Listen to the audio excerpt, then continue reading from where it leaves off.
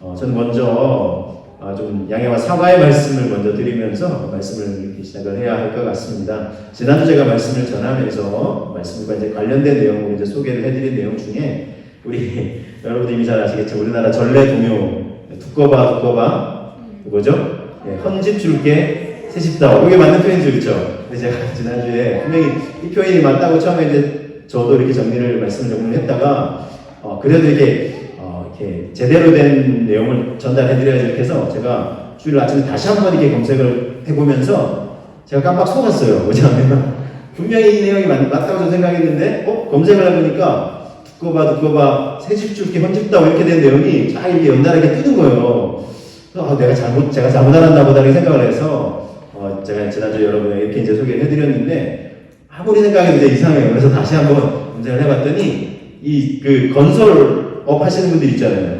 그 하는 분들이 요거를 이제 바꿔서 이렇게 딱 내놓는데 근데 한 분만이 아니라 이게 이제 관련된 내용이 이제 알고리즘이라고 하는 쫙 동시에 이제 뜬 거예요. 그래서 제가 지난주에 분명히 저도 이렇게 알았는데 새집 줄게 헌집다오인 것 같습니다. 이렇게 이제 여러분에게 소개해드렸는데 제가 잘못 전달했다는 내용을 이제 알게 되었습니다. 여러분 양해와 사과의 말씀을 드립니다. 자, 그런데 또 하나는 분명해졌어요. 제가 이 동요를 소개해드리면서 물론 이제 아이들이 모래사장에서 모래를 이렇게 쌓아서 이렇게 튼튼하게 지으면서 두꺼봐 헌집 줄게 새집다오 이렇게 하는 이제 뭐 내용이지만 두꺼비는 우리에게 새집을 줄 수 있는 능력이 없습니다. 그렇죠? 그래서 어쨌든 지금 이 집은 제가 이 지난주 말씀 전하면서 빌립보서 말씀에서 이게 바울이 이제 사나 죽으나 나는 주의 것이다 이 고백을 이제 드렸고 자 그런데 죽음도 바울이 두려워하지 않았어요. 왜 그랬을까요? 그것은 새 집을 주시기 때문이다. 제가 인용을 해드렸는데 고린도후서 5장 1절에는 이제 우리의 육체의 몸이 이제 하루하루 살아갈수록 더 쇠약해져 가는 건 모든 사람들이 다 알고 있는 상식이잖아요. 그래서 이것을 헌집으로 비유한 거예요. 그래서 헌집이 시간이 지나면 지날수록 이렇게 이제 허름해질 뿐만 아니라 이렇게 무너질 수 있잖아요. 그래서 그것을 헌집으로 표현을 하고 우리에게 늘어나 새 집이 있다. 하나님께서 준비하신 영원한 처소, 사람이 만든 그런 집이 아니라 하나님이 지으신 새 집이 있다. 이렇게 이제 우리는 그 이사갈 준비를 한다. 이렇게 소망을 우리에게 전해 주었습니다. 그래서 이것은 우리가 새 몸을 입게 됩니다. 우리 예수님을 믿는 사람들은 육신의 죽음의 끝이 아니에요. 그래서 우리 영원한 생명이 하나님 나라에서 우리가 그래서 누릴 수 있는 그 영원한 생명, 이것을 새 집이라고 표현하고 있는 것입니다. 이것을 줄 수 있는 분은 누구십니까? 우리 주 예수 그리스도 그리고 하나님 아버지밖에 없으신 줄로 믿습니다. 우리의 몸도 새 몸을 입는 걸 새 집이라고 하지만 또 우리 주님도 이렇게 말씀하셨어요. 우리에게 영원한 거처가 있다 하시면서 요한복음 14장 1절 2절에 우리 주님이 이렇게 말씀하셨습니다. 너희는 마음에 근심하지 말라. 하나님을 믿으니 또 나를 믿으라. 내 아버지 집에 거할 곳이 많도다. 그렇지 않으면 너희에게 일렀습니다. 내가 너희를 위하여 거처를 예비하러 가노니 그랬습니다. 자, 거처를 예비하러 간다. 내 아버지 집에 거할 곳이 많다. 우리 주님 말씀하셨어요. 약간 이제 우리의 육신도 쇠하여지고 우리가 끝인 것 같지만 새 몸을 입는다 이렇게 말씀드렸지만 우리 또 장소적인 의미에서도 우리 주님은 내가 거처를 예비하러 간다 이렇게 말씀하셨어요. 누구를 위해서요?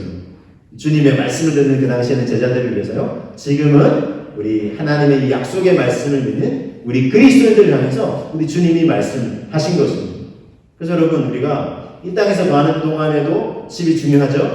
그래서 우리 3대 핵심 우리 문제 중에 이제 의식주의 문제가 있잖아요. 이제 집이 이 땅에서도 있는 건 참 중요해요. 그런데 이 땅에서의 집은 우리가 영원히 거할 곳이 아닙니다. 자, 우리 육신의 생명이 나는 날이 있잖아요. 그러면 우리가 정착하게 될 영원한 하나님 나라에서 우리가 거하게 될 곳도 거처할 곳도 우리 주님이 준비하고 계신다는 거예요. 그러니까 여러분 얼마나 감사해요. 우리 예수 믿는 사람들은 이런 복과 은혜를 누리는 줄로 여러분 믿으시기를 주님의 이름으로 축복합니다. 그러니까 여러분 우리가 예수님을 어떻게 해야 되겠어요? 잘 믿어야 되겠죠. 그래서 예수님을 잘 믿어야 되는 이유는 너무나 분명한 것입니다. 주 예수 그리스도의 십자가의 죽으심과 부활을 믿는 자에게는 죄사함과 구원의 은총이 주어지고 또 우리가 장차 영원한 하나님 나라에서 영원히 거할 수 있는 신령한 몸, 새 몸을 입게 되는 것입니다. 그래서 이 은혜와 또 하나님이 내려주시는 이 복, 이 신령한 복을 우리는 온전히 받아 누릴 수 있기를 우리가 진정으로 소망하는 것입니다. 여러분, 이것이 복음입니다. 복음이란 말 우리 교회 다니시면 수도 없이 들었잖아요. 복음의 뜻이 뭐죠? 기쁜 소식이에요. 기쁜 소식. 죄와 사망의 권세 아래 신음하는 인생들 향해서 지금 우리가 이제 뭐 코로나 때문에 2년여 넘게 얼마나 고생을 했고 아직도 조금 이제 남아있어야겠죠? 근데 이게 왜 그래요?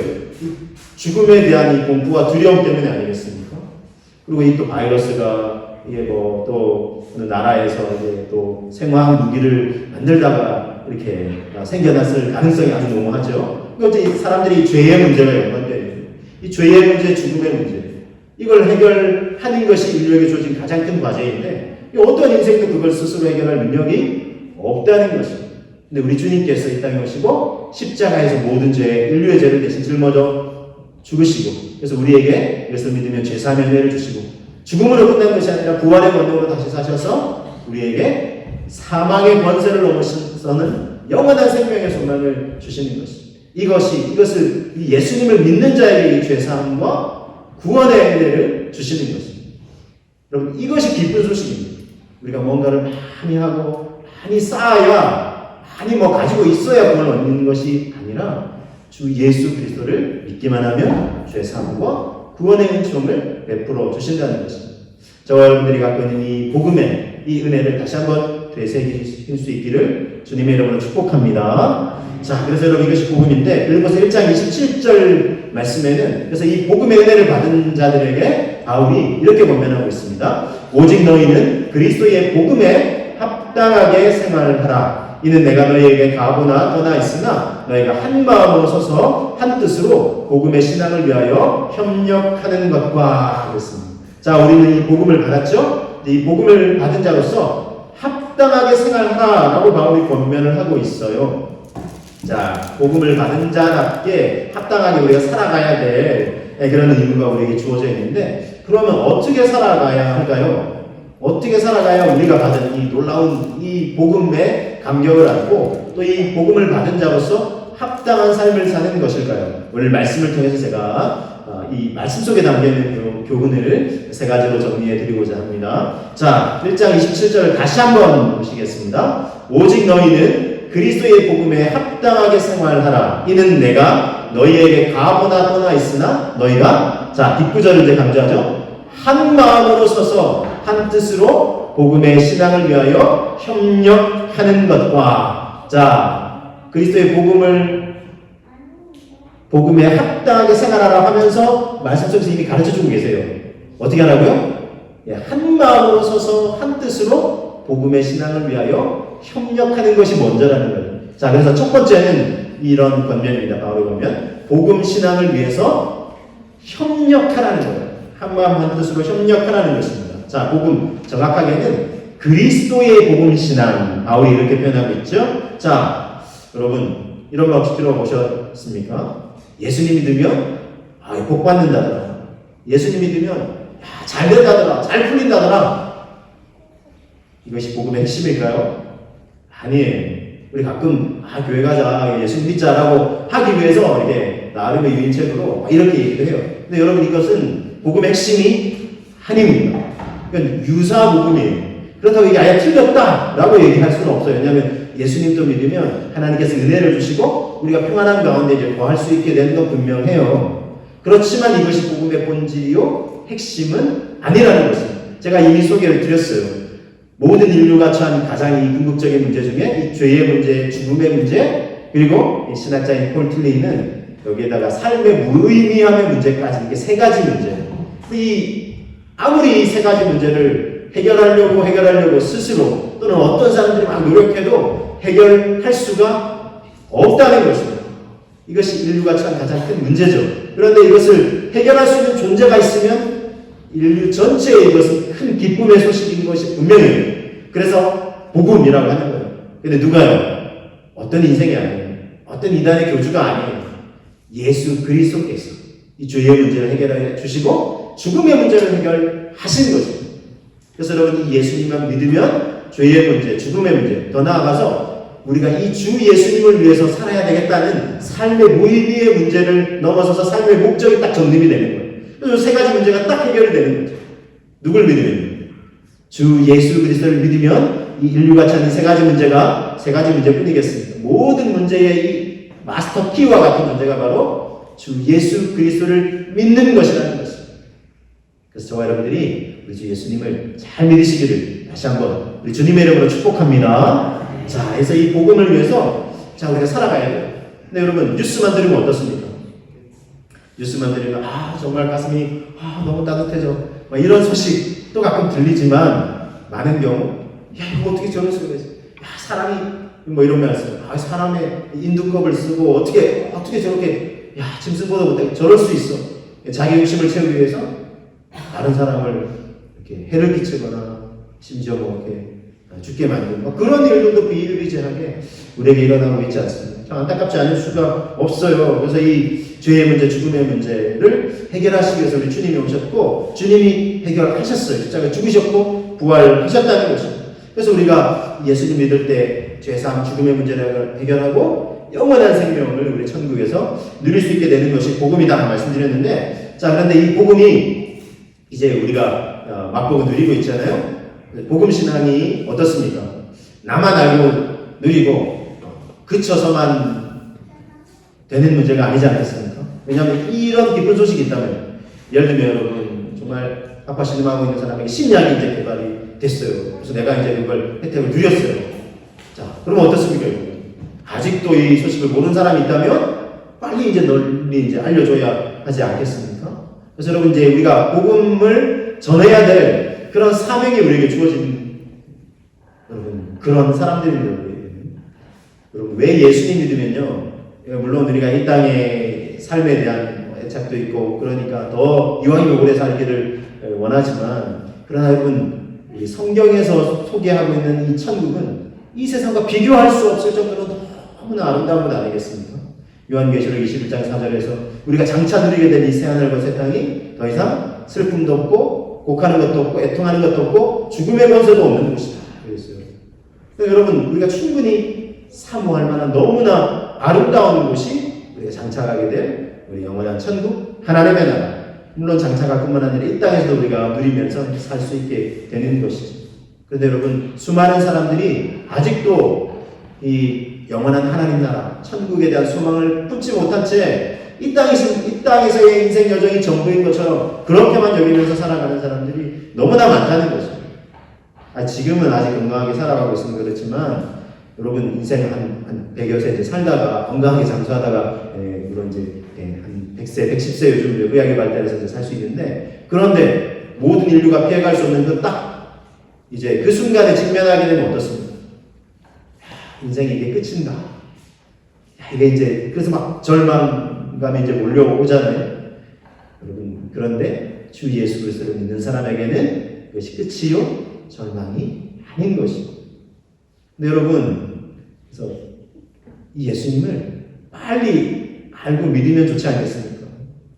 그래서 이제 많은 사람들이 나 십자가에서 달려있다가 예수님 옆에 있다가 이렇게 마지막 순간에 구원받는 강도처럼 되면 좋지 않을까? 세상에 누리고 다 누리고.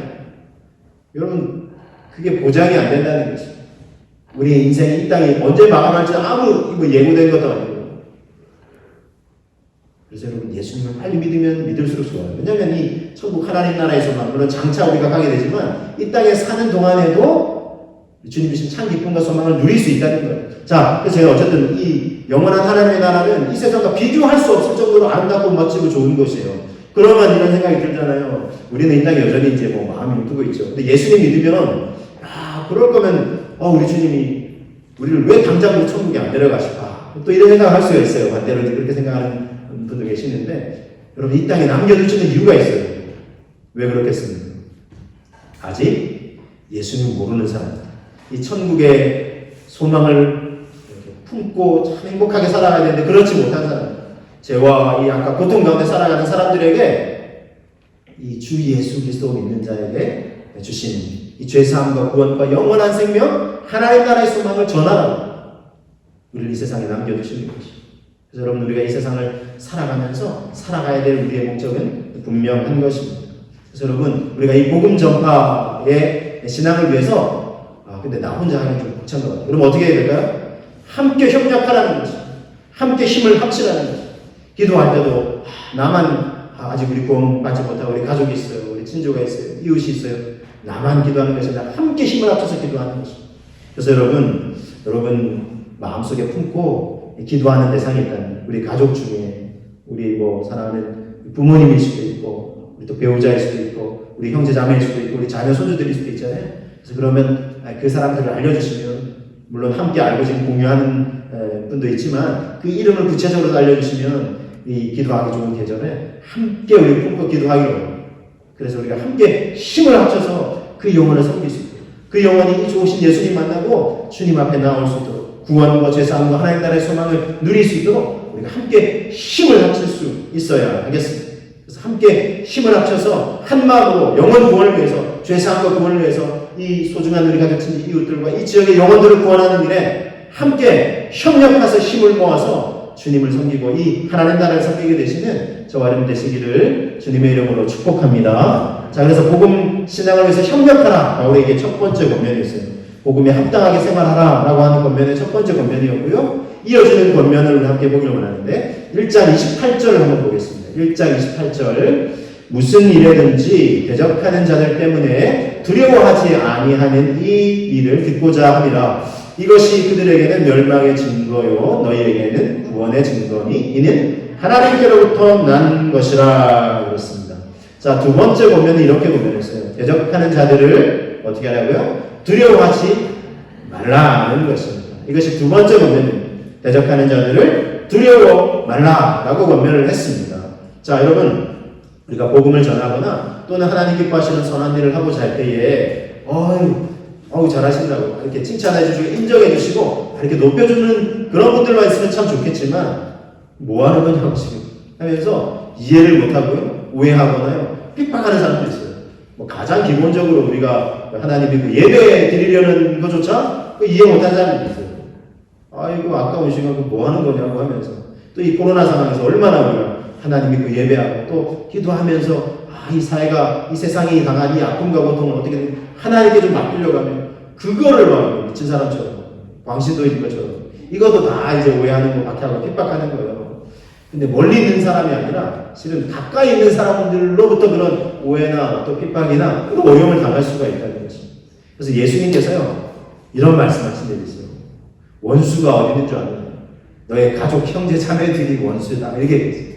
가장 가까이 있는 사람이 나를 지지해주고 막 격려해주면 좋은데 그 사람이 나를 오해하고 이해 못하고 박해하고 은근히 막 압력을 받는 거예요.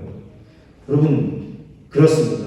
복음을 위해서 살고자 할 때, 복음을 전하고자 할 때, 또 하나님 기뻐하시는 선한 일을 하고자 할 때 내 주변에 있는 사람들이 다 이해해주고 지지 격려해주는 거 아니에요. 오히려 가까이 있는 사람들로부터 그런 이해받지 못함과 오해와 또는 핍박이나 박해가 있을 수 있다는 거예요. 그런 사람들이 있을 때 어떻게 하라는 거예요? 두려워하지 말라는 거예요. 복음 신앙을 위해서 담대함을 가져라는 거예요. 왜냐하면 우리가 가지고 있는 이것이 그들은 지금은 몰라서 그럴 수 있어요. 그러나 여러분 나중에 여러분 우리를 통해서 그들이 예수님 믿게 되고 죄사함과 구원의 은총을 누리게 되고 이 천국의 소망을 누리게 된다고 여러분 생각해 보세요. 천국에 가서 그 사람들이 우리한테 와서 어떻게 얘기하겠어요? 이거 너무 고맙다. 하나님이 예수님을 소개해줘서 너무나 고맙다. 내가 예수님 몰랐으면 어쩔 뻔했네. 너무 고맙다. 그때 내가 좀 이렇게 이해 못하고 오해하고 내가 좀 어렵게 해서 미안하다고. 근데 그런데도 굴하지 않고 나에게 예수님을 너무 고맙다고. 그러지 않겠습니다. 틀림없이 그럴 것입니다. 왜냐하면 여러분 이것이 너무나 분명해요.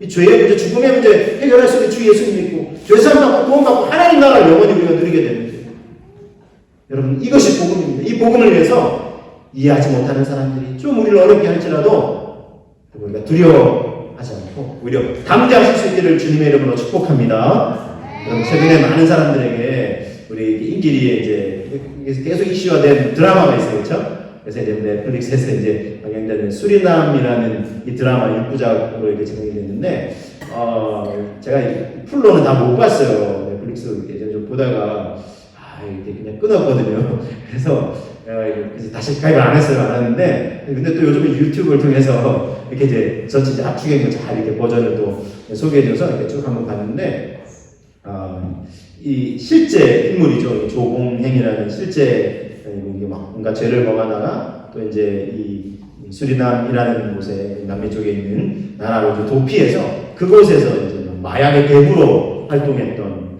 실제 인물과 얽혀진 그런 스토리를 이제 이렇게 드라마로 제작한 그런 육부작 이제 드라마인데 전 세계적으로 사람들이 많이 뭐 재미도 있고 흥미도 있고 그렇게 하니까 이제 보겠죠. 그런데 저는 이제 한편으로 조금 아쉬움이나 씁쓸함이라는 것은 이분이 이제 실제로는 이분이 뭐 수리남에 가서 이제 지냈지만 한인 목사로 이 드라마에서는 묘사를 했어요. 근데 드라마에서는 각색을 좀 한 거죠. 실제 한인 목사는 아니었는데 그래서 이제 이 드라마를 이제 만들면서 약간 극적 효과가 필요하잖아요. 그러니까 이중적인 인물로 그린 거죠, 일부러. 사람들에게는 신뢰를 이제 외적으로는 받지만 실제로는 마약의 대부로 이제 활동을 했으니까요. 그래서 이제 평소 주일 같은데 막 예배도 집례하고 이렇게 하는데 실상은 이제 온갖 제약에 깊이 이제 들어가 있고 심지어 이제 수리남의 대통령하고도 이제 친밀한 관계를 통해서 그런 나쁜 일을 일삼는 그런 역할을 해요. 그래서 어떤 분은 이거는 뭐 문화는 문화이고 드라마는 드라마로 보면 되지 뭐 심지어 그리스도인들 중에도 그런 분 계시는데 아니에요.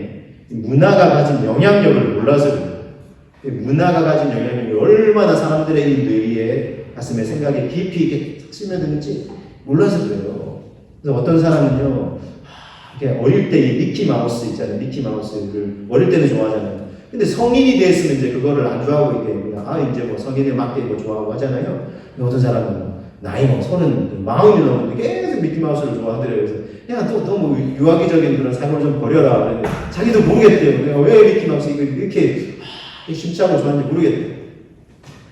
그래서 자기도 궁금해했어요. 내가 왜 이렇게 미키마우스에 이렇게 빠져가지고 내가 어른이 됐으면 좀 어릴 때 유아기적 사고를 버려야 되는데 그런데 나중에 이제 알게 됐어요. 자기 이제 동료 중에 이제 출산을 해가지고 이제 아이를 낳았다고 해서 이제 같이 이제 이렇게 방문을 하게 됐는데 산후조리원에 방문을 하게 됐는데 보니까 자기가 거기 나중에 알고 봤더니 거기 자기 거기 출신인 거예요. 거기 태어나서 있었던 곳은. 그래서 뭐 내 고향 방문이 내려가지고 이렇게 갔는데 거기서 이유를 알게 됐어요.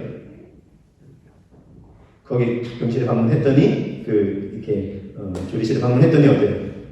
온통 도배가 뭘로 돼 있을까요? 미키 마우스로 쫙 도배가 돼요. 자기 어릴 때 거기서 본 거예요. 한 2주 지내면서. 여러분 아무것도 아닌 것 같지만 이 문화가요 싹 스며들어요. 더 무서운 것도 있어요. 팝콘 영화 볼 때 우리 영화 극장 가서 보면은 뭐 드세요? 팝콘하고 뭐 콜라나 사이다 드시잖아요, 그렇죠? 그래서 실험을 했어요. 실제 실험을 했는데 사람들이 영화관 들어가기 전에 이미 많이 간식 같은 거 먹었어요. 이걸 먹었는데 그리고 이제 영화 속에서 실제 영화 컷 사이에 이 팝콘하고 음료 사진 컷이 중간에 들어가 있어요. 영화를 보는 동안에는 그게 없어요. 안 보여요. 막 팝콘 먹는 장면, 막 음료 마신 장면은.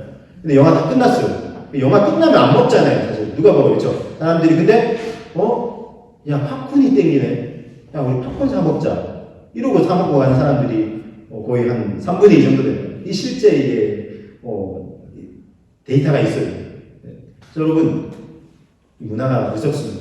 그래서 참 이게 참 안타까운 면이 있어요. 기독교에 대해서 이렇게 너무 부정적으로 교회에 대해서 그러니까 목회자에 대해서 지금 안 그래도 지금 사회가 막 불신하는 있어서 너무나 저는 안타까운데. 더 이제 그렇게 될 수 있는 영향이 있죠. 물론 그런 아쉬움이 있지만 그런 의미에서 이걸 소개해드리는 건 아니고 나름 또 우리가 받아야 될 교훈이 있어요. 그렇다고 이렇게 이거 필요 없네 이렇게 하면 또 안 돼요. 우리는 건전한 분별력을 가지고 영화를 볼 수 있는 안목을 또 키워야 되겠죠. 그리고 또 나름 여기서 각색된 거지만 우리가 깨달아야 될 교훈도 있고.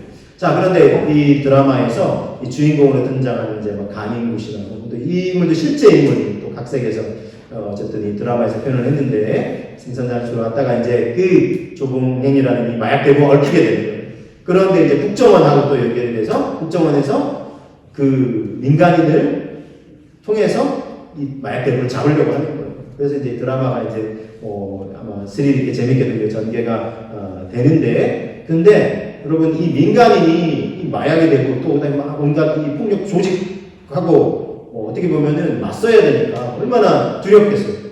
근데 이 사람이 처음에는 안 한다고 수없이 거절을 하다가 자기가 사업하다가 좀 잃은 돈이 있는데 그거를 보존해주면 하겠다 이렇게 해서 나름 이제 그 속에 이제 깊이 관여하게 됩니다. 근데 두렵죠. 얼마나 두려웠겠어요. 실제 드라마에서도 막 두려운 상황이 펼쳐지는데 그래도 용기를 내서 이렇게 맞서요. 그리고 물론 혼자가 아니죠. 누구랑 함께 이 국정원 요원들과 함께 이제 힘을 합치는 거예요. 그래서 어떻게 이제 이 마약배를 잡고 이제 소탕을 하게 되는 그런 스토리인데, 여러분 이런 선한 일을 하고자 할 때도 혼자 힘만으로 안 돼요.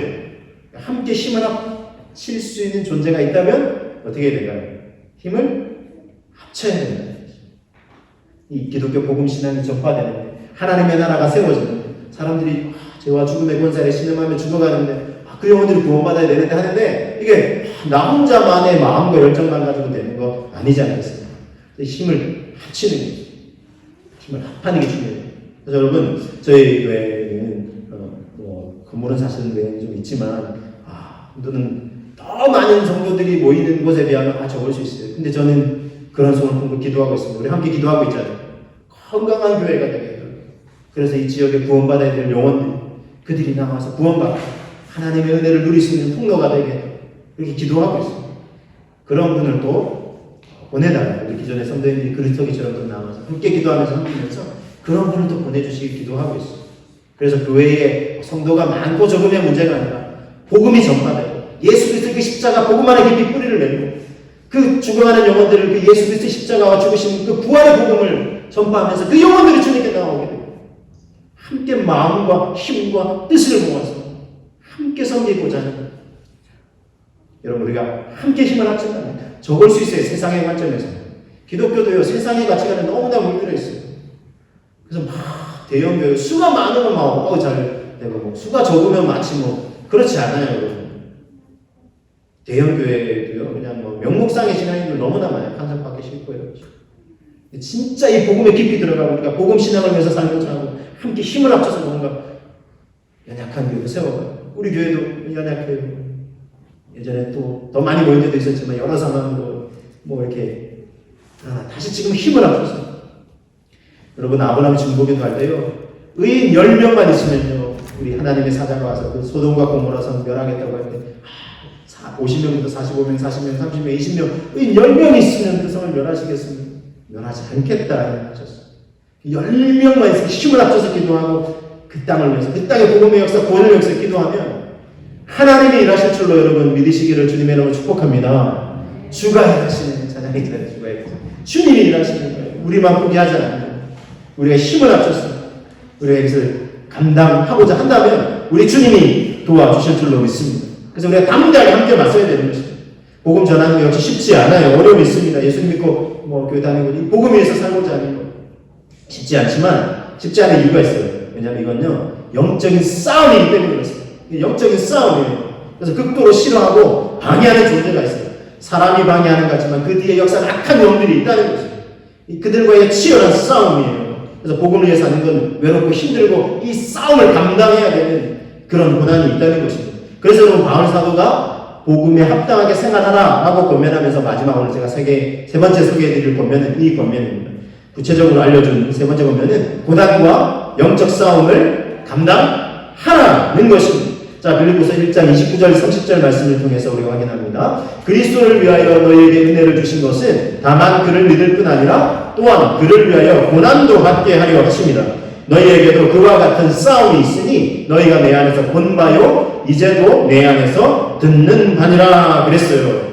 자, 바울은요 이런 싸움이 있다는 거예요. 영적인 싸움이라는 거예요. 자기가 복음을 위해서 평생 살아가는데 이건 영적인 싸움이다 그랬어요. 그래서 바울이 인생의 말미에 이런 고백을 해요. 디모데후서 4장에서 바울이 이런 고백을 하고 있습니다. 4장 7절 8절에 나는 선한 싸움을 싸우고 나의 달려갈 길을 마치고 나의 믿음을 지켰으니 이제부로는 나를 위하여 의의 면류관이 예비되었으므로 주 곧 의로우신 재판장이 내게 주실 것이며 내게만 아니라 그날을 사모하는 모든 이에게 이것을 주실 것이다. 디모데후서 4장 7절 그리고 8절에서 이렇게 말씀하고 있습니다. 여러분 복음을 위해 살아가는 자에게 주어지는 이 고난과 영적인 싸움을 감당할 준비가 되셨습니까? 사실 우리가 예수를 믿으면서 아무런 어려움 없으면 좋겠어요. 고난이고 뭐 어려움이고 다 오네요, 그렇죠? 그렇지만 이 고난도 어려움도 영적인 싸움도 우리에게 사실은 피해갈 수가 없어요. 자, 여러분 서양 격언에 이런 격언이 있어요. 삶이 레몬을 주면 그것으로 레모네이드를 만들어라. 그런 말이 있어요. 레몬을 주면 레모네이드를 만들어라. 이게 실제 이제 있는 격언인데 최근에 이 우리나라의 아주 훌륭한 모든 사람들이 좋아하는 우리 손흥민 선수의 버전으로 소개했죠. 이렇게 얘기해요. 삶이 레몬을 주면 헤트트릭을 해라. 이렇게 했어요. 요거만 이제 소개하고 말씀 마무리하려고 하는데, 자, 이게 뭐냐면 작년에 우리 축구 종주기로 축구가 만들어진 잉글랜드의 이 프리미어 리그의 득점왕, 공동 득점왕이었어요. 그래서 올해 많은 기대를 받았고 이제 시작을 했는데 새 시즌이 시작되고 8경기를 뛰는 동안 8경기 리그 6경기, 그 다음에 챔피언스 리그 잘하는 각국의 잘하는 나라들 팀들이 모여서 하는 그 2경기 동안 선발로 다 감독이 내보냈는데 한 골도 못 넣은 거예요. 골대 맞히기도 하고 안타까운 데 있었지만 막 그랬어요. 그러니까 비난이 막 세대는 거예요. 언론에서 사람들이 막 이제 후보 벤치 앉혀라 하면서 이제 손흥민의 시대는 갔다. 사람들이 냄비 근성이 있어요. 그렇게 할 때에 진짜 마지막이 아니라 9번째 가장 최근에 치러진 리그 경기 레스터 시티라는 팀과의 9번째 경기를 치는데 감독이 진짜 벤치에 앉혔어요. 그러니까 이제 벤치 앉히면 이제 후보로 밀려났구나 이런 생각들이 막 들잖아요. 그래서 이제 전반전이 끝났어요. 2대1로 이기고 후반전 초반에 한 골 넣어서 3대1로 팀이 앞서가고 있는데 후반전 초반에 이제 감독이 이제 교체를 뛰는데 막 의미심장한 거 같아요. 어디 각오를 막 가진 것 같아요. 그래서 30여 분 정도 뛰는데 어떻게 했어요? 첫 골을 아주 멋지게 넣고 둘째 골도 아주 멋지게 가마차게 넣고 세 번째 골까지 넣어서 요걸 이제 한 선수가 한 경기에서 3골을 넣는 것을 헤트트릭이라고 하거든요. 네, 전문용어로. 그래서 헤트트릭을 해라 하고 있어요. 그래서 인터뷰하는데 실제 자기 너무 힘들었다. 좌절하게 됐다. 야, 나는 이제 끝인가 이런 생각까지 몰려왔다는 거예요. 그렇지만 내가 마음을 다 잡고 이 경기에서 내가 이렇게 뛰어서 3골 넣었다 하면서 3골 이렇게 인터뷰하면서 3골 넣으면서 이렇게 유명한 삶이 레몬을 주면 헤트트릭을 해라 이렇게 얘기했던 게 있습니다. 그렇습니다. 여러분, 우리 인생에는 심지어 하나님 잘 믿고 내가 복음에서 살고자 하는데도 우리 삶에 어려움이 있을 수 있다는 거예요. 뭐 사업도 잘 되도 좋겠는데 어렵고 왜 이렇게 힘들지? 우리 자식들은 왜 이렇게 말씀을 막 이런 것들이 있을 수 있어요. 복음을 위해서 살고자 하는데도 그럴 때 여러분 우리가 어떤 마음을 품어야 되겠습니까? 고난도 어려움도 합력해서 선을 이루시는 신실하신 하나님이심을 믿고 그 하나님이 나와 함께 하신다고 믿고 고난 속에서도 바울은 심지어 감옥 속에서도 감사하고 찬송했잖아요. 그런 바울처럼 우리가 감사 찬송하시면서 기뻐했던 바울처럼 고난과 우리에게 주신 영적 전쟁도 감사와 찬송으로 기쁨으로 맞이하시면서 어렵게 하는 사람들이 있을지라도 우리가 담대하게 나서서 복음을 전파하는 일에 복음에 이끌되는 일에 더욱 힘쓰시는, 그래서 우리에게 주신 이 놀라운 복음의 은혜를 흘려보내는 축복의 통로로, 복음의 통로로 다 이어지시는 저와 여러분들 우리 모두가 되시기를 주님의 이름으로 축복합니다.